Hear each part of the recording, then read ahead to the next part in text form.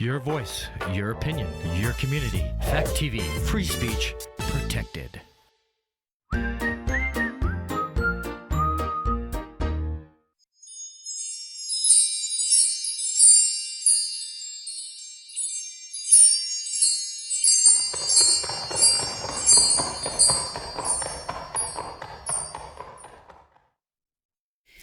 Welcome to Cracking the Horse Speak Code. I'm Laura Wilse here with Sharon Wilse, and we are the co-founders of Horse Speak. And we're here today to talk to you about the concept that we have in Horse Speak, which is zero, which is a state of inner calm. And what we're going to see today is 4 horses coming into an indoor arena after it had been raining all night, and see what happens when Sharon steps in to help them become calmer within their herd dynamics. With that being said, one of the coolest things that we've discovered in researching horse body language, so we put in thousands of hours of research into understanding the micro gestures that horses are making, their gestures, postures, and signals, facial expressions, and the markers on the outside of the horse's body that tell you what the inside of the horse's body is feeling.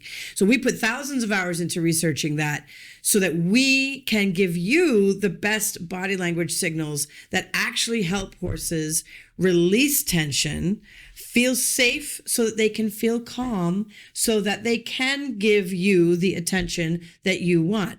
Like in the past, what we knew about with working with horses was you needed to kind of get in there and get their yayas out. That was the idea, in order to kind of get them, prepared for the day or prepared to pay attention. And we both realized when we were working at rescues that so many of the elder rescue horses that aren't going to run around and do crazy things held 100% attention of even the most troubled horses. So we started there by studying what those elder horses were doing, because it didn't look like much, but it turns out everything was happening. So what you're going to see today is that I actually stay on the outside of the fence. And so this is a really important piece, because once we realized that you can stay on the other side of a fence, because body language is transmissible through distance. You don't have to be touching the horse to be communicating, and you don't have to be making the move this way or making the move that way to show your body language. You just need to know what the gestures, postures, and signals are. And that's why I say we spent thousands of hours researching this so you don't have to. Because all you have to do is understand the couple of body language messages that we can deliver to them that they intrinsically understand. That means it's already in their brain. This is how they talk to each other. And all we've done is figure out the best gestures, postures, and signals we can do to imitate that to them. So you're going to see the proof in the pudding, because what happens when you stay on the other side of a fence and you communicate effectively and efficiently to them is you say to them, hey, I can help you feel safe. I can help you feel secure. Therefore, the horse is going to say, well, then you're the one that I want to be looking at, and you're the one I want to pay attention to. And when you have that attention, it's because they gave it to you, not because you took it from them. And I think that's one of the coolest things when watching this video that we're going to see today is how you are with them. Mm-hmm. You are not saying, hey, you're not driving them. Right.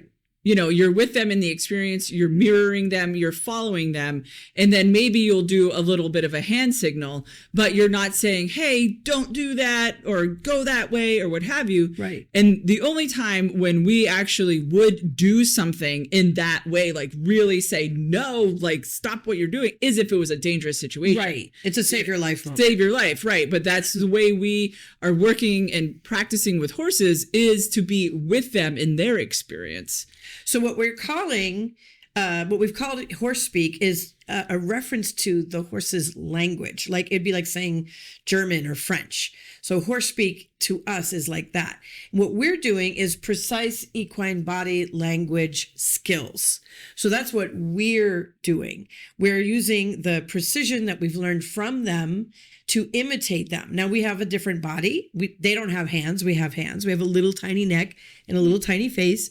But Horses make almost as many facial expressions as people do. In fact, they have only about 10 fewer muscles for facial expression in the face as we have.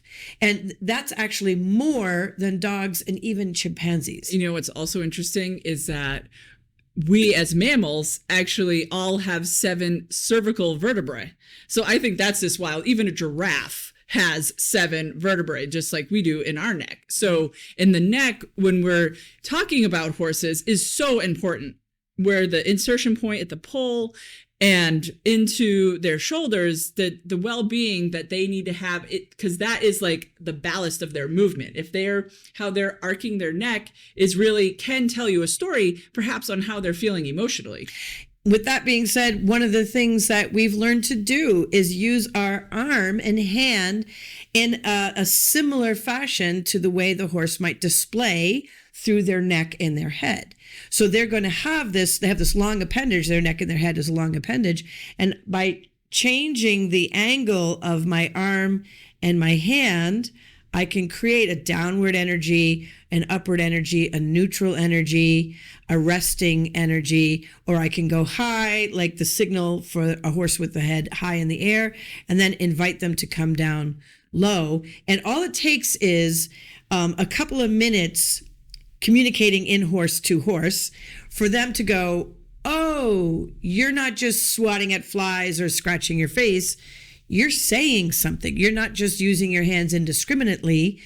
You're actually trying to communicate with me. And what's fascinating to us is that horses seem to intrinsically want us to communicate with them. Absolutely, because one of our mottos is everything means something. So this hand gesture can actually be a little bit of a block to a horse, or this is a pause, or like Sharon said, bring it down. As my head is high, bring it I want low. to bring it down. So I think I think we've given a really nice introduction to the video we're about to see. Let's see it in action. Yeah.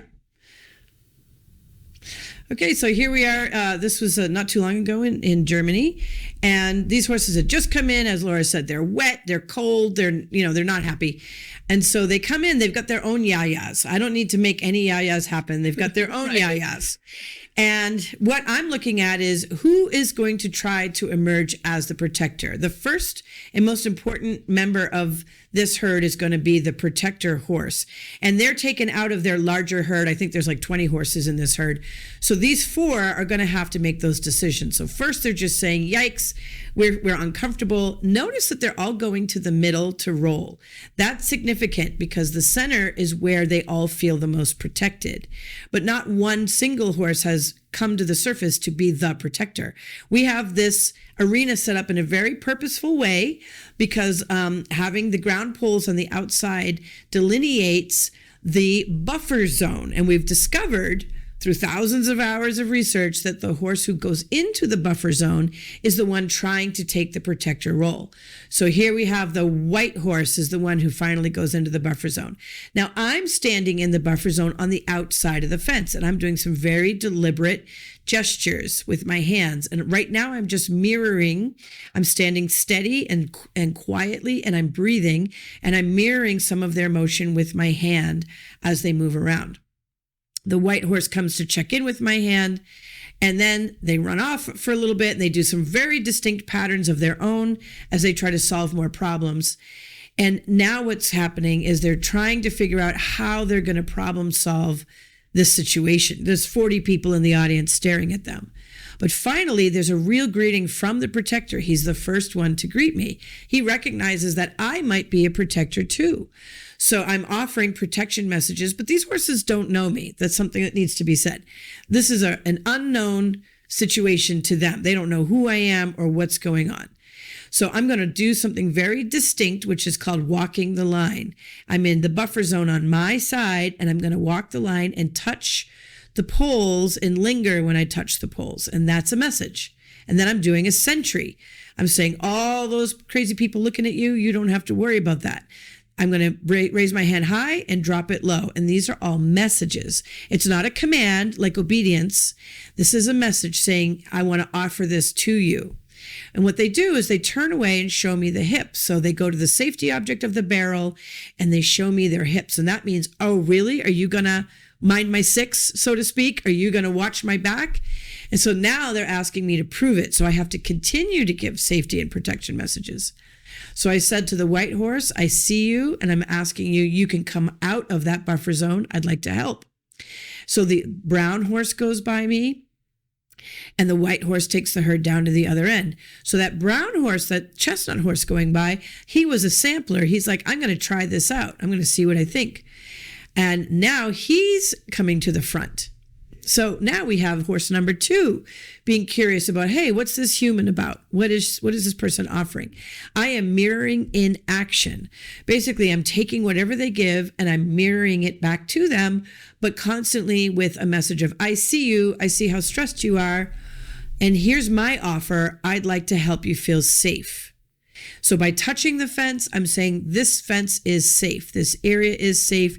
You're safe here with me. Now they look down the far end where things don't feel safe and they've lined up. And they've said, maybe we could try. We could try to trust her. This is a greeting. So they're doing a real greeting with me and each horse is lined up to greet except for one lingering in the background who's not too sure. So I'm doing an air greeting to him from a distance just to say, that's okay. You can come here if you're ready. If you're not ready, it's also okay. Now they're greeting each other and they're saying, something is different about this. One horse lowers his head and then tells that guy to move over because he wants more space because he'd like to come and stand in the corner near me. And as you're going through this, there's a lot of more precision of the diagnosis of what's going on with the buttons that they're talking to with each other and all that. So this is just a brief overview of the action that Sharon is doing for herself. And her intention is to be like, can we as a herd calm down? Now watch this. This is where I do spooky, come to me. That was that message. My hand was high and it dropped low really fast. I said, that area is spooky, come to me. And when they come, I drop into a low, what's called a low O posture. I get connected with them with my hand. This is the first time the mirroring in action is really starting to sink in. And then I quickly stop and quickly drop my energy low and say, that's good. This is really good, guys. I'm offering my hand to the different buttons, as Laura said. And by doing that, I'm saying, you know what? I see you. I see all your buttons of communication and I want to talk to you. So they do an interesting thing. They line up perfectly. This is a very specific lineup, nose to tail, and it's how horses prefer to travel when they're not in danger. So when they're in danger, they like to go girth on girth, like you see, they move all together. But when they're not in danger, they're going to more likely to move in a line. So here they're still sampling. Are we going to trust her or are we going to trust ourselves? And that little chestnut in the middle makes a big circle. I don't know what to do. And so here I say, come to me. And then I say, stop. They stop and back up. So we'll see that again in slow motion. So here they are in the lineup. And this is them saying, we might be really interested in what you have to offer, but our adrenaline is still on. We're still worried. There's still 40 people staring at us. This is still really strange. We've only gotten to know you for about 3 minutes. How do we know we can trust you? So I walk to the other end of the buffer zone to say, I'm going to walk this whole line and show you I've got you. Nothing's going to get you in here while I'm here. And so they walk to that side with me. Then I turn, and when they start to go to the other side, I start to go with them a little bit, and then I stop. And then you see the chestnut in the middle saying, I don't know who to go to. Do I go to the person or do I go to the horses? So they decide to run down the corner and come to me. So I say, go ahead, come to me. And they say, oh, goody. And then I say, stop. And this is important because if I'm going to be the protector, I also get to be the director. And that's the point of precise equine body language skills. So round 1, gain their trust and help them find some inner zero. All right.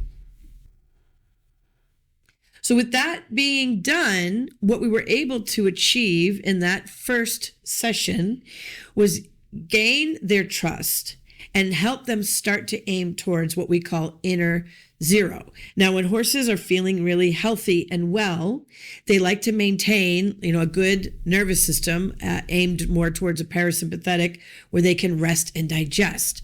But nature has designed horses to be basically creatures of flight. So yes, they're a prey animal, but they're specifically a creature of flight.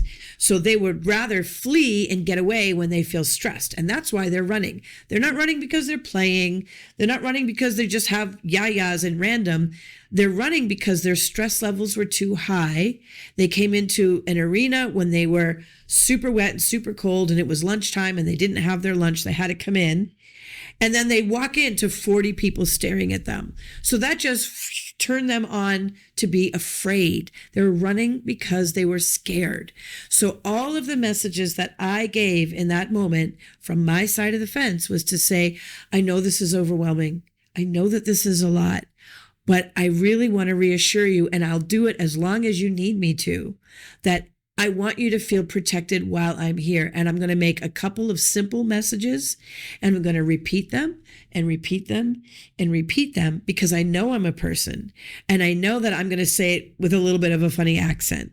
So I'm going to repeat it, and I'm going to mirror you, and I'm going to watch you and what you're doing. And when I think you're ready and that we could maybe go there together, I'm going to invite you to stop.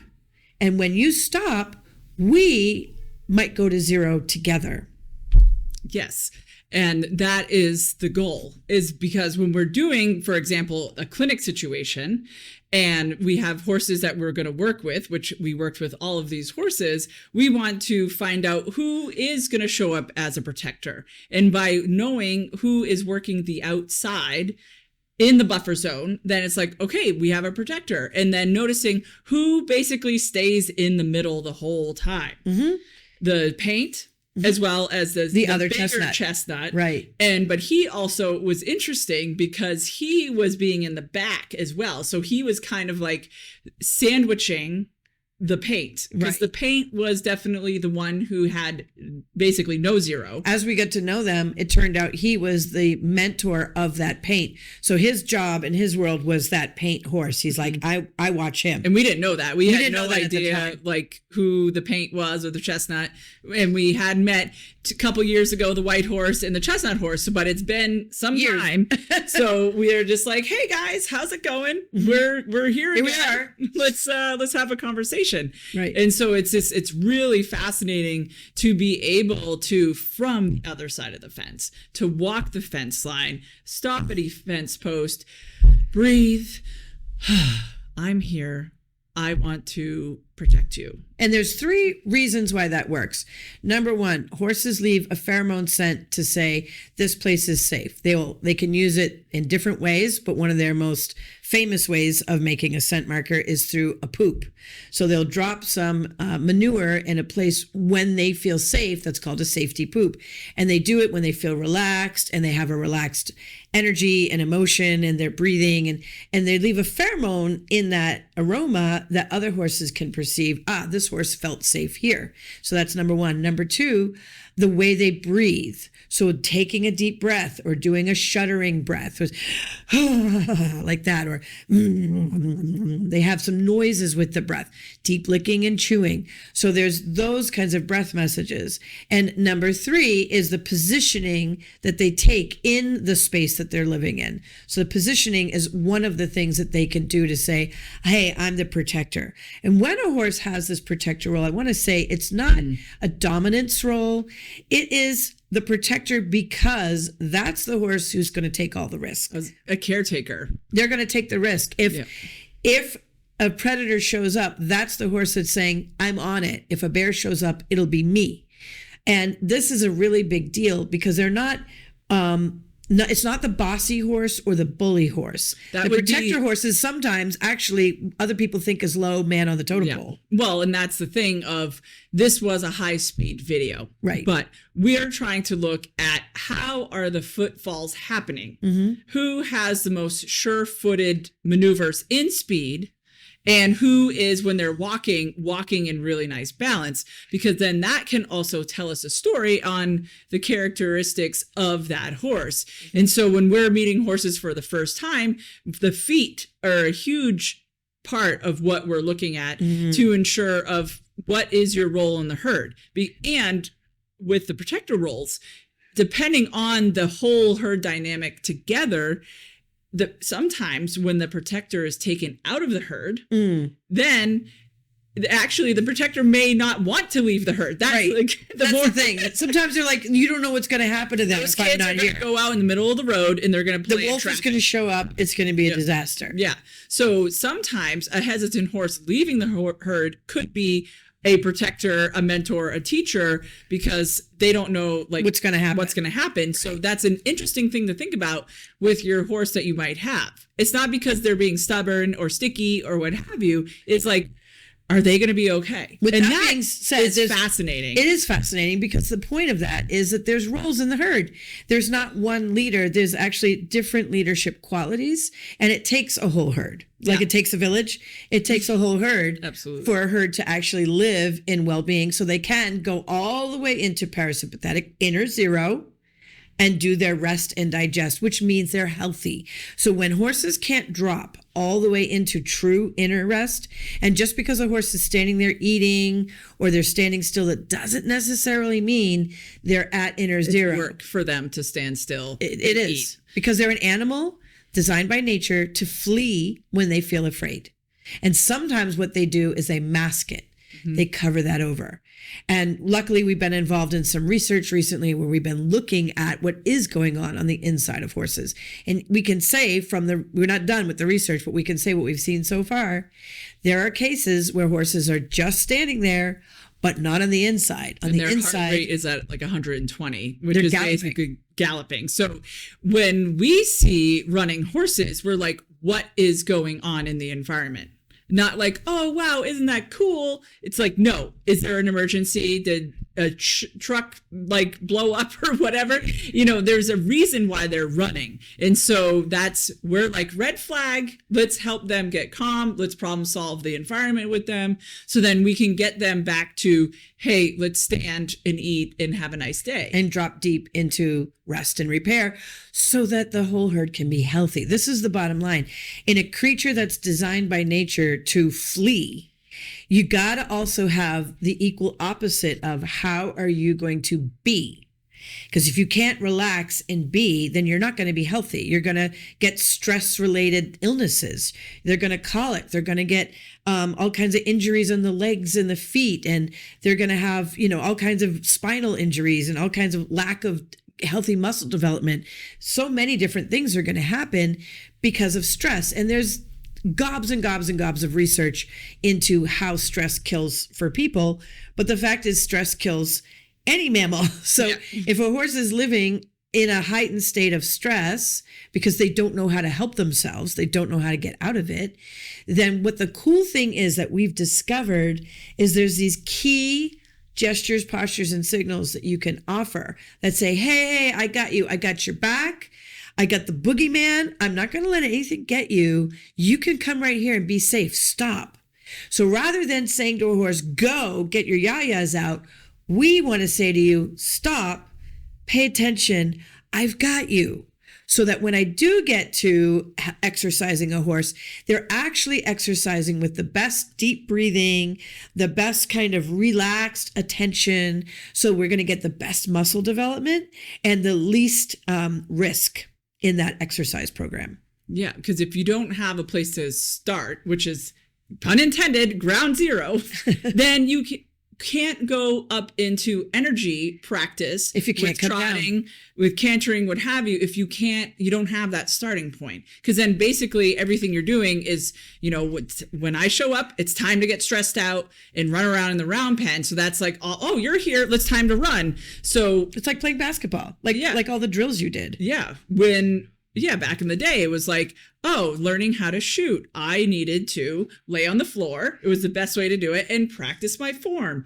Or footwork, going zigzags and all different kinds of drills without a ball. Right. Because there's coordination that needs to happen. And then you bring in the ball. And so it's similarly with working with a horse is like, we need to master inner zero and master the walk and make sure ourselves as well as the horse is walking in balance. Right? Because that's what they're looking for. Horses are looking for the person or the horse who has the best balance is the one I want to follow. Because when you say through your body language that you have good, solid, relaxed balance, you're aware, you have body awareness, and you're present in your body, and you can move your feet like mentor steps, or you can move with protector energy. It's energy for them, not against them. That's the kind of body language a horse wants to follow. So sometimes we've been taught, like, well, put your shoulders back and act tough. But that acting tough is a sort of an aggressive, assertive thing at the horse. But what they want to see is, can you be tough for me? Can you show me that you'll put your pheromone scent on the fence line and breathe out? So that's how I'm going to leave a pheromone scent of this is safe. I'm going to leave my scent marker from your palm on the fence. Just one big breath out is going to supercharge that scent marker to say, I've checked it, I've inspected it, this fence is safe. And you know something? It's not always safe. And one time I was doing this for a mare who was very nervous, and she kept trying to interrupt me. And I finally realized the reason why is because where I was trying to say the fence was safe, there was a beehive. It was not safe. And so she was right and I was wrong.